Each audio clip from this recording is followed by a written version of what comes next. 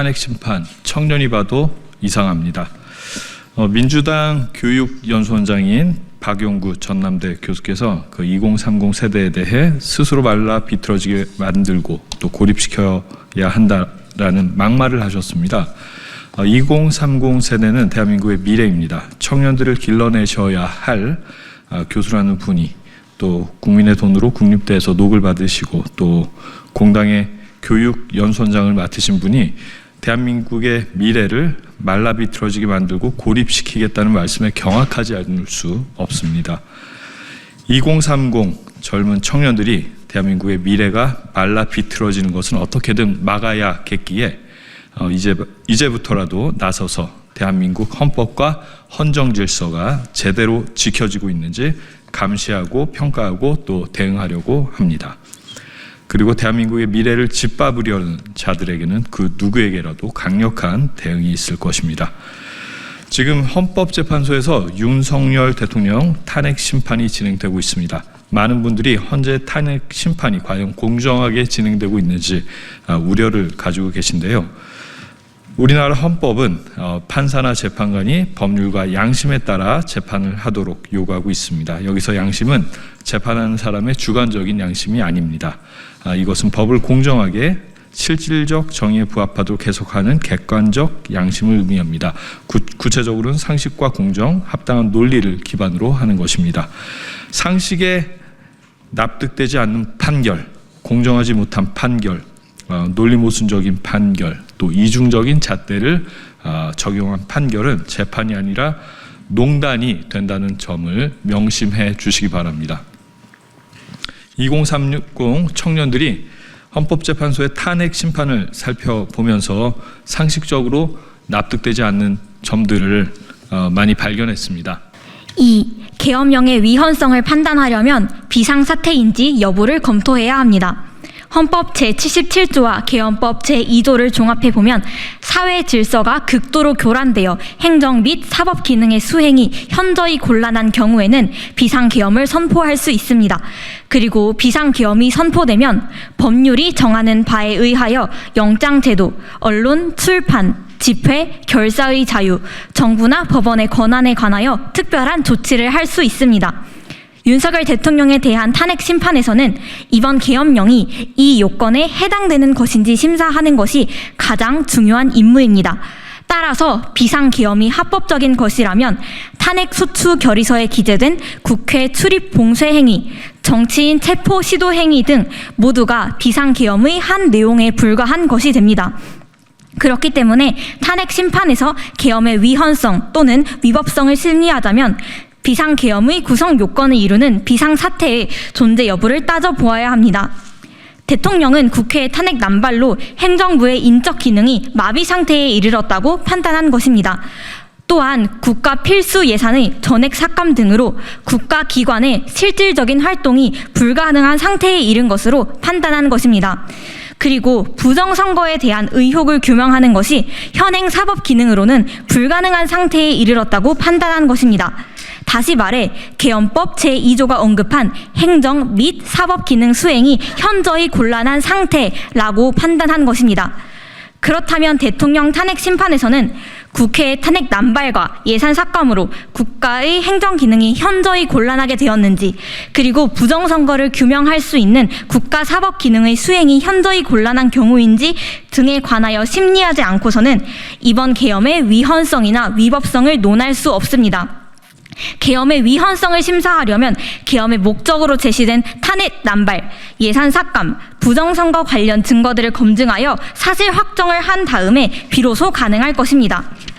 탄핵 남발에 관하여는 이미 헌법재판소에 탄핵 소추 사건들이 계류되어 있습니다. 이 사건들을 먼저 심사해야 국회가 탄핵을 남발한 것인지 아닌지를 알 수 있습니다. 그래서 이 사건들을 대통령 탄핵 심판 이전에 결정되어야 합니다. 하지만 이진숙 방통위원장에 대한 탄핵 심판 한 건을 제외하고는 다른 사건들은 아무런 진행이 없습니다. 부정선거에 관해서는 의혹을 해소하기 위한 증거 신청을 통해 개표자 수와 투표자 수 검증, 선관위 서버 검증 등을 진행하여야 합니다. 그래야 계엄의 정당성 여부를 판단할 수 있기 때문입니다. 하지만 헌재는 부정선거에 관한 증거 신청을 대부분 기각했습니다. 국정원 백종욱 차장의 선관위 서버 5% 검증에 관한 증언만을 인용했습니다. 이 외에는 모두 기각했습니다. 이해할 수 없는 부분입니다. 그런데 백종욱 차장은 선거관리위원회의 업무망, 인터넷망, 선거관리망이 모두 연결되어 부정한 투표와 개표의 가능성이 있다는 충격적인 증언을 하였습니다. 추가적인 확인이 필요한 이유입니다. 지금 헌재는 계엄의 위헌성 여부를 심사하고 있는 것이 아니라 계엄령 선포 상황에서 발생한 지엽적이고 단편적인 사실을 확인하는 데에 매몰되어 있습니다. 국회의 군대를 동원했는지, 선관위의 군대를 파견했는지, 실탄을 지급했는지, 의원을 체포하라고 하였는지 이런 행위들은 설령 인정된다고 하더라도 그 자체로 이번 계엄령이 위법이 되는 것은 아닙니다. 그럼에도 불구하고 헌법재판소가 여기에 집중하는 모습은 오히려 국민들을 선동하는 느낌마저 들기도 합니다. 3. 부정선거에 관한 증거 방법인 검증 신청 기각은 부당합니다. 선관위 보안 점검을 진행한 국정원 백종욱 차장은 해커 입장에서 보면 인터넷망, 선관위 업무망, 선거망이 모두 연결돼 있는 상태라고 증언했습니다. 이것만으로도 부정선거에 대한 우려가 단순한 의혹이 아닌 상당한 개연성이 있는 사실이라고 말할 수 있습니다. 그는 더 나아가 이러한 상태에서는 투표자 명부도 조작 가능하고 개표 수도 조작 가능하고 투표자 개인의 동일성도 위조 신분증을 통하여 조작 가능하다라고 말했습니다. 이러한 증언까지 나왔는데 부정선거에 관한 검증 신청을 기각하고 심사를 진행하지 않는 것은 헌법재판소에 의한 고의적인 입증 방해가 아닙니까? 부정선거는 계엄령의 위헌 여부를 결정하는 중요한 사실입니다. 부정선거가 존재하지도 않았는데 부정선거를 빙자해서 계엄령을 발령했다면 바로 이 계엄에 대하여 위헌 판단을 할 수 있습니다. 선관위 사무총장은 헌법재판소가 인정하면 투표자 수와 개표 수의 검증, 선관위 서버 검증까지도 받겠다라고 진술했습니다. 그럼에도 불구하고 헌재가 부정선거에 관한 증거 신청 자체를 기각하는 것은 이해할 수 없습니다. 헌재가 과연 공정한 기관인지 의심할 수밖에 없습니다. 이어서 3-1 말씀드리겠습니다. 선거 부정에 관한 입증 책임은 선관위에게 있습니다. 선관위는 부정선거는 없다는 입장을 줄곧 유지하면서도 부실선거는 인정했습니다. 이상한 투표지가 나오거나 투표지가 정식의 투표지 보관함이 아닌 소쿠리 바구니로 옮겨지는 등 기이한 일이 일어난 것을 두고 선거 부실 관리라고 표현했습니다. 그리고 이에 대한 책임을 지고 2022년 4월 노정희 중앙선관위원장이 사퇴했습니다. 그런데 선관위가 인정한 대로 선거 부실 관리가 있으면 당연히 선관위에서 부정선거가 없었음을 입증하는 것이 상식에 맞습니다. 이렇게 보는 것이 레즈 입사 로키터라는 법 격언에도 맞습니다. 사실 자체가 설명해 준다는 뜻입니다. 증거와의 거리를 고려해 입증 책임을 정하는 법리에 따르더라도 선관위가 입증 책임을 지는 것이 타당합니다. 이에 따라 의료소송에서는 의사에게 무과실의 입증 책임을 부여하고 제조물 책임에서는 제조자가 무과실의 입증 책임을 집니다. 행정소송에서 과세처분의 적법성을 과세관청이 입증해야 하는 것도 같은 이치입니다. 직접 증거는 없지만 간접 증거가 있고 이러한 증거가 피고의 통제하에 있을 때는 당연히 피고의 과실이 추정됩니다. 이것이 상식입니다. 그렇기 때문에 선거 과정 일체를 관장하는 선관위가 선거 부실이 발견된다면 예를 들어 배춧잎 투표지, 형상복원 투표지, 서로 붙은 투표지, 인장이 뭉개진 투표지 등 괴이한 투표용지가 발견된다면 과실이 추정이 되어서 선관위가 입증 책임을 지는 것이 상식에 맞습니다. 그런데 어처구니 없게도 민경욱 전 의원이 제기한 인천 연수구 을 선거무효소송 대법원 판결은 거꾸로 원고에게 누가 어떻게 선거 부정을 한 것인지 입증해야 된다고 판결을 내렸습니다. 그리고 선거관리위원회는 해당 판결을 제시하면서 부정선거가 없는 증거라고 말합니다. 상식을 멀리 벗어난 판결입니다. 대법원이 도대체 왜 이런 판결을 할까요? 법리를 모르는 걸까요? 선거 부정소송이나 부정선거에 관한 책임은 각급 선거관리위원회를 관장하고 있는 대법원이 담당하게 됩니다. 판사가 자기 사건을 스스로 판단하는 일종의 자기 거래인 것입니다. 비상식적인 판결로 부정 의혹이 해소되었다는 선관위 주장은 비상식적인 판결로 부정선거를 덮는 것이라는 의혹만 키우고 있습니다. 중앙선관위는 부정선거가 없다면서 서버 관리에도 만전을 기하고 있다고 합니다. 하지만 우리나라에서 가장 많은 약 4천만 건의 개인정보를 취급하면서 전담 직원이 단 한 명만 두었습니다. 외부 보안업체도 영세한 단 한 개 업체만을 두고 있습니다. 행안부의 경우 수십 명의 전담 직원과 20여 개의 전문 보안업체를 통해 보안 시스템을 관리하는 것과는 크게 비교되는 것입니다. 외부 침입을 사실상 방관 혹은 방조하고 있는 것입니다. 4. 헌재 반대 신문권 제한은 헌법상 적법 절차를 위반하고 방어권을 박탈한 것입니다. 반대 신문권 보장은 헌법상 재판받을 권리의 핵심입니다. 그런데 이번 탄핵 심판 사건에서 문영배 재판관은 이를 소추인 측과 형평성 맞추기 위해 동등한 시간 제약을 두겠다고 하면서 피소추인의 방어권을 제한했습니다. 그러나 이 논리는 완전히 궤변입니다. 억울한 재판을 방지하기 위해 방어권을 인정하는 것입니다. 그 방어권의 핵심은 반대 신문권과 자신에게 유리한 증거를 제출할 수 있는 증거 신청권입니다. 이를 공격하는 측과 맞춘다는 것은 공정한 재판에는 관심이 없다는 것입니다. 반대 신문권을 시간적으로 제한하고 증인 및 부정선거 관련 검증 신청을 무더기로 기각하고 반대 신문 사항을 사전에 제출하도록 요구하는 것은 다른 소송 절차에서는 볼 수 없는 아주 이례적인 모습이고 소송 지휘권을 남용하는 것입니다. 심지어 현직 검사장마저도 일제하의 법관보다 못한 재판 진행이라고 비판했고 이 자체만으로도 헌법재판소에 대한 신뢰는 이미 무너진 것입니다. 또한 헌재는 피소추인 측과 아무런 협의 없이 8차 변론기일까지 지정했습니다. 사실 이 문제는 윤 대통령 변호인단은 물론 제야 법조계에서도 많은 지적한 문제입니다. 이렇게 일방적으로 기일을 한꺼번에 정하는 것은 전례 없는 일이고 무엇보다 피소추인의 방어권을 심각하게 제한하는 문제입니다. 변론 기일을 정할 때는 반드시 피소추인 측과 협의하게 되어 있습니다. 그런데 어떤 협의도 없이 헌재는 임의로 8차까지 일주일에 2번씩 일방적으로 기일을 정했습니다. 또한 증인신문 때 피소추인이 참여할 수 있는 권리를 보장하지 않아서 방어권을 침해했습니다. 이 문제 하나만으로도 헌재의 심리는 처음부터 다시 해야 합니다. 사실 이 문제는 증인신문 때마다 논란이 되고 있습니다. 피소추인이 참여할 권리를 헌법재판소는 재판관 평의에서 결정했다면서 전혀 보장하지 않고 있는 것입니다. 형사소송법 163조는 피고인에게 증인신문 참여권을 보장합니다. 피고인도 증인에게 언제든지 물을 수 있게 하고 있는 것입니다. 그런데도 헌재는 5차 때부터 나중에 발언할 이유가 있으면 발언해 주겠다면서 증인을 윤 대통령 직접 신문하지 못하게 하고 있습니다. 헌재는 왜 이렇게 의도적으로 노골적으로 피소추인의 방어권을 제한하는 것입니까? 이 문제에 대해 허영 교수는 이렇게 말합니다. 헌재 재판관 몇몇이 심판 결론을 미리 내려놓고 거기에 맞춰 탄핵 심판을 진행하고 있기 때문에 그런 것이라고 본다. 이것저것 법을 다 어기면서까지 일사천리로 진행하려 하니까 그런 것이다. 또한 우리나라 헌법 질서에서 민주적 정당성이 가장 강한 게 국민이 직접 선출한 대통령이다. 민주적 정당성이 훨씬 떨어진 헌법재판소가 민주적 정당성이 가장 강한 대통령을 파면하기 위해 공정성도 없고 신중함도 없이 오로지 탄핵이라는 결론을 향해 신속하게 막 달리다 보니까 이런저런 법 위반이 자꾸 생기는 것이다 라고 말했습니다. 헌재 탄핵 심판이 공정하지 않으면 국민이 승복하지 않을 것이라는 것을 강력히 경고합니다. 이런 상황에 헌재가 충분한 변론 기회도 주지 않고 만약 대통령을 파면한다면 헌재는 완전히 가루가 되어 없어질 수 있는 상황임을 직시하시기 바랍니다. 국민은 헌재의 불공정성에 분노하고 있습니다. 탄핵 심판은 180일 이내에 결론을 내리면 되는 것입니다. 지금처럼 서두를 이유가 전혀 없는 것입니다. 이를 헌법재판관들은 똑똑히 보고 강력히 이 상황에 대해서 경고하는 바입니다. 5. 탄핵 심판 절차와 형사소송 절차의 동시 진행에 따른 법 원칙을 준수하여야 합니다.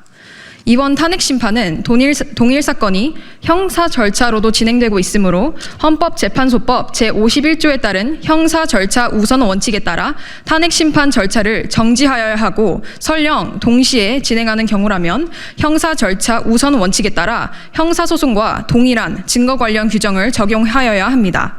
민주당이 내란으로 법석을 피우게 된 결정적 증거는 홍장원의 메모입니다. 그는 수사기관에서 해당 메모를 작성한 장소가 국정원장 공관 앞이라고 진술했습니다. 하지만 그 시각에 그가 사무실에 있었음이 CCTV로 의하여 확인됐습니다. 그리고 서로 다른 메모가 4가지 있었다는 국정원장의 법정 증언으로 허위 작성과 허위 진술이라는 점도 드러났습니다. 홍 장원은 헌재에서 자신이 왼손잡이라고 했지만 오른손을 쓰는 모습과 과거의 사진들이 무수히 발견됐습니다. 문제는 헌재가 홍 장원의 수사 단계 신문 조서에 대해 증거 능력을 인정하고 증거로 채택했다는 것입니다. 검찰 조서의 내용과 헌법재판소에서의 증언이 다른 경우에 개정 형소법 제312조는 법정 증언과 배치되는 부분은 증거 능력을 부인합니다. 하지만 헌재는 헌법재판, 즉 파면을 정하는 재판이므로 형소법을 준용하지 않을 수 있고 과거 사례도 있다면서 증거 능력을 인정하고 증거를 택했습니다. 만약 헌재가 이런 거짓말에 기초해서 판결을 내린다면 앞으로 그 누구도 헌법재판소를 신뢰하지 못할 것입니다. 형사 절차에서 증거 능력이 인정되지 않지만 이를 심판 절차에서 받아들이는 것은 헌법재판소법 51조에서 정하는 형사 절차 우선 원칙 위배입니다. 6. 더러운 손 원칙에 따라 국회의 탄핵 심판은 부당합니다.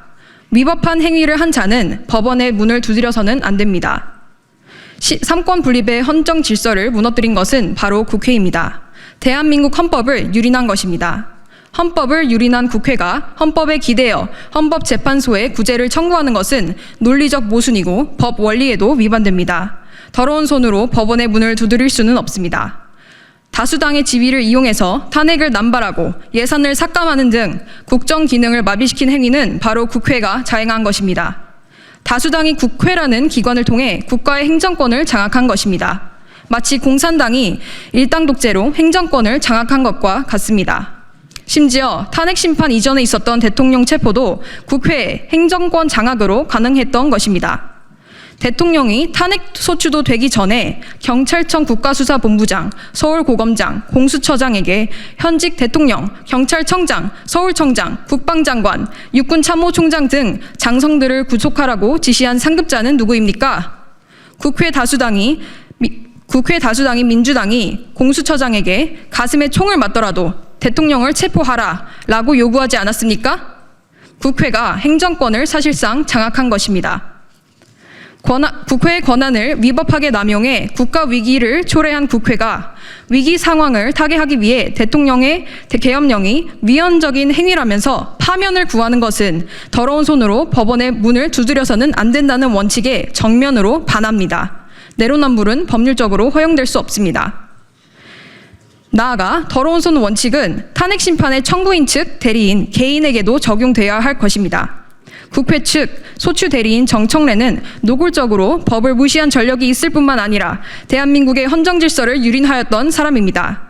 대학 시절 주체사상 책을 복사하며 배포했고 미국 대사관저에 들어가 사제 폭탄을 터뜨리고 방화를 시도한 사람입니다. 이런 사람이 지금 헌재에서 국회를 대표하고 있습니다. 헌법재판소가 헌정질서 수호기관이라면 여기에 침묵해서는 안 될 것입니다. 7. 계엄은 당면한 국가 위기에 대응한 정당 방위입니다. 국회 다수당에 의한 삼권 분립 훼손과 이에 따른 국가적 위기 상황에 대해 대응 행위로 대통령의 유일한 권한이 계엄령밖에 없는 것이었다면 정당 방위로서 계엄령의 위법성이 조각되어야 합니다. 이러한 점에서도 지금 헌재가 열심히 논의하고 있는 체포 지시 여부 등은 부수적 이슈에 불과합니다. 탄핵 남발, 예산 삭감, 부정선거 존재 여부 등이 이 사건 심리의 핵심입니다. 계엄의 원인이 된 행위에 대한 심리 없이 결론을 내릴 수 없습니다. 이 점에 관한 헌법재판소의 판단이 없다면 탄핵 심판의 정당성을 인정받기 어려울 것입니다. 하지만 헌재는 현재 진행되고 있는 심판에서 국가위기 상황과 관련된 대통령 측의 증거 신청을 모두 기각하고 있습니다. 이런 자세로는 국민들이 헌재를 신뢰하기 어려울 것입니다. 국가적 사기극, 박근혜 대통령 탄핵 심판의 교훈을 잊지 말아야 합니다. 8년 전이네요. 박근혜 대통령 탄핵 후에 드러난 진실은 당시의 정치적, 사회적 불법성을 그대로 드러내고 있습니다. 탄핵 정국을 휘몰아쳤던 허다한 자료들이 날조된 허위 사실로 증명됐습니다. 태블릿 PC 최선 씨가 사용한 바 없고 문서 수정기 등도 없는 것으로 밝혀졌습니다. 세월호 사건 7시간에 관한 참담한 위험 비어들도 모두 거짓말이었습니다. 안민석은 2017년 7월 JTBC와 인터뷰에서 박정희가 국가돈 빼돌린 것이 무려 8조 9천억 원이었고 현재 가치로 300조나 되며 그 돈이 최태민 일가로 흘러들어갔다라고 말했습니다. 그런데 지금은 이것을 극우 세력들의 음해라고 우기면서 그런 말 한 적 없다고 부인하고 있습니다. 하지만 그는 허위사실 유포 혐의로 현재 형사재판을 받고 있습니다. 정유라가 박근혜 대통령의 딸이 아님은 물론이고 기업의 스포츠 지원은 역대 정부가 실시해온 정책이었습니다. 그 외에 국정농단 등 선동 용어와 대통령을 묻어버린 거짓의 산이 모두 종북 세력 등이 조직적으로 유포한 것임이 드러나고 있습니다. 당시 촛불 시위의 지휘부가 이석기 등의 반국가 세력 경기동부연합이었던 것으로 밝혀졌습니다. 이들은 당시 문제는 자본주의, 사회주의가 답이다. 북한이 우리의 미래며 희망이며 삶이다 등의 현수막을 사용한 것도 드러났습니다. 탄핵 이후 등장한 문재인 정권은 대한민국의 자유민주 질서와 자유시장 경제를 사회주의로 변경을 시도하였고 자유우방과 유대도 파괴했습니다. 박근혜 대통령 탄핵 사태의 본질은 체제 전쟁이었습니다. 그리고 반국가 세력이 전 국민들을 대상으로 한 사기극이었습니다. 언론은 안타깝게도 이들의 나팔수가 되었습니다. 헌법재판소는 이들이 만든 거짓 선동을 바탕으로 탄핵 심판을 인용했습니다. 사기꾼들에게 헌법재판소가 철저하게 유린당한 것입니다. 씻을 수 없는 헌법재판소의 수치입니다. 헌법재판소가 그분들과 같은 부류가 아니시라면 또다시 이러한 사기극에 농락당하시지 않으시기를 간절히 바랍니다.